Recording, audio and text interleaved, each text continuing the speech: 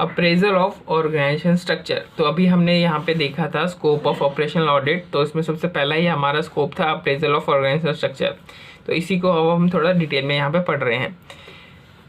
The internal auditor should conduct an appraisal of the organizational structure to ascertain whether it is in harmony with the objectives of the enterprise and whether the assignment of responsibilities is in consonant herewith।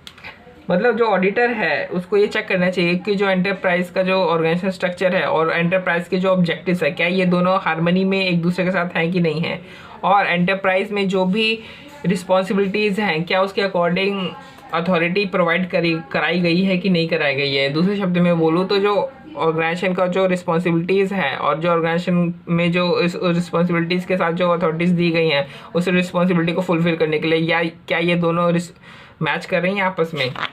उसके बाद organisation structure, कोई भी organisation structure harmony में है कि नहीं अपने गोल से ऑब्जेक्टिव्स के साथ, इसको चेक करने के लिए कुछ पॉइंट्स सुझाए गए हैं, वो देखते हैं पॉइंट हम लोग। He should review the manner in which the activities of an enterprise are grouped for managerial control. It is important to review whether responsibility and authority are in harmony with the grouping pattern। मतलब कि जो auditor है उसको review करना चाहिए कि managerial control रखने के लिए, एक्टिविटीज़ के ऊपर मैनेजरल कंट्रोल रखने के लिए जो ऑर्गेनाइजेशन की एक्टिविटीज़ है उसको किस तरीके से, किस मैनर में ग्रुप किया गया है, और उसको ये भी रिव्यू कर लेना चाहिए कि जो रिस्पॉन्सिबिलिटी है और उसको फुलफिल करने के लिए जो अथॉरिटी दी गई है क्या आपस में ये दोनों हार्मनी में है कि नहीं है। फिर the internal auditor should examine the organisation chart to find out whether the structure is simple and economical. तो जो इंटरनल ऑडिटर है उसको ऑर्गेनाइजेशन का चार्ट को देख करके एग्जामिन करना चाहिए, पता लगाना चाहिए कि क्या ये जो ऑर्गेनाइजेशन चार्ट है सिंपल है, इकोनॉमिकल है कि नहीं है। ऐसा तो नहीं कि बहुत ज़्यादा कॉम्प्लेक्स ऑर्गेनाइजेशन स्ट्रक्चर बना रखा हो। ही should particularly see that the responsibilities of the manager staff at headquarters do not overlap with those of chief executives at operating unit। कह रहा है कि उसको ये देखना चाहिए कि जो रिस्पॉन्सिबिलिटीज़ दे रखी है हेडक्वार्टर के मैनेजरियल स्टाफ को और जो रिस्पॉन्सिबिलिटीज़ दे रखी हैं ऑपरेटिंग यूनिट के चीफ एग्जीक्यूटिव को, क्या ये दोनों रिस्पॉन्सिबिलिटीज़ आपस में ओवरलैप तो नहीं कर रही हैं ना, क्या इनकी भी अथॉरिटी और इनकी जो रिस्पॉन्सिबिलिटी है इन दोनों में भी बैलेंस है कि नहीं है। The internal auditor should examine the reasonableness of the span of control each executive. He should examine whether there is a unity of command। तो जो इंटरनल ऑडिटर है इसको ये भी चेक करना चाहिए कि जो हर एक जो एग्जीक्यूटिव है ऑपरेटिंग यूनिट का, हर एक जो एग्जीक्यूटिव है क्या उसका स्पैन ऑफ कंट्रोल रीजनेबल है, मतलब क्या वो एक रीजनेबल नंबर ऑफ पीपल को कमांड देता है या कंट्रोल करता है। क्या ऐसा तो नहीं उसके पास एक बंदे के पास 100 लोग आपने डाल रखे हैं और वो उसका कंट्रोल अनरीजनेबल है।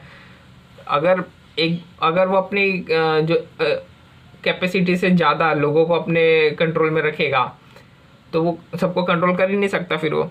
और आपको ये भी देखना चाहिए कि क्या यूनिटी ऑफ कमांड है, मतलब एक सुपीरियर एक सीनियर को रिपोर्ट करता है ना, ऐसा तो नहीं है कि एक जो बंदा है कोई भी एम्प्लॉई है वो एक से ज़्यादा सुपीरियर या फिर सीनियर को रिपोर्ट कर रहा है। Where dual responsibilities cannot be avoided, the primary one should be specified and the specific responsibility to each senior fixed. This must be made known to all the concerned।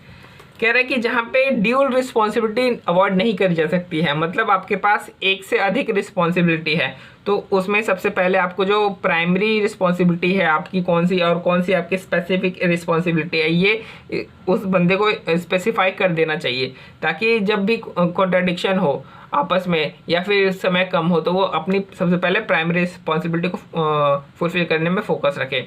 और ये सभी चीज़ें, ये जो रिस्पॉन्सिबिलिटी है ये सब जितने भी सीनियर हैं उन सबको बता देनी चाहिए कि आपकी रिस्पॉन्सिबिलिटी प्राइमरी कौन सी है, सेकेंडरी कौन सी है।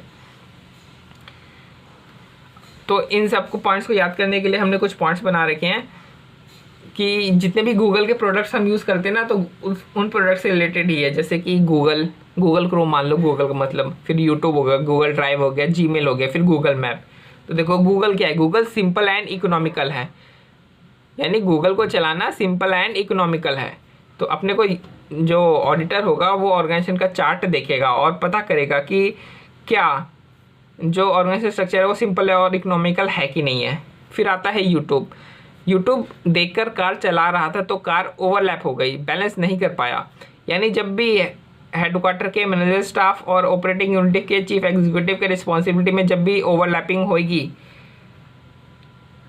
नहीं ओवरलैप होगी नहीं, ओवरलैप करनी ही नहीं चाहिए पहली बात तो, ठीक है, हमेशा बैलेंस बना करके रखना चाहिए।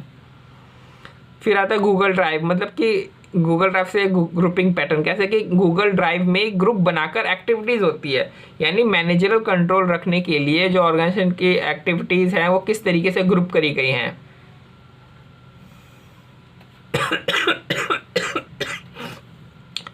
उनका जो ग्रुपिंग पैटर्न है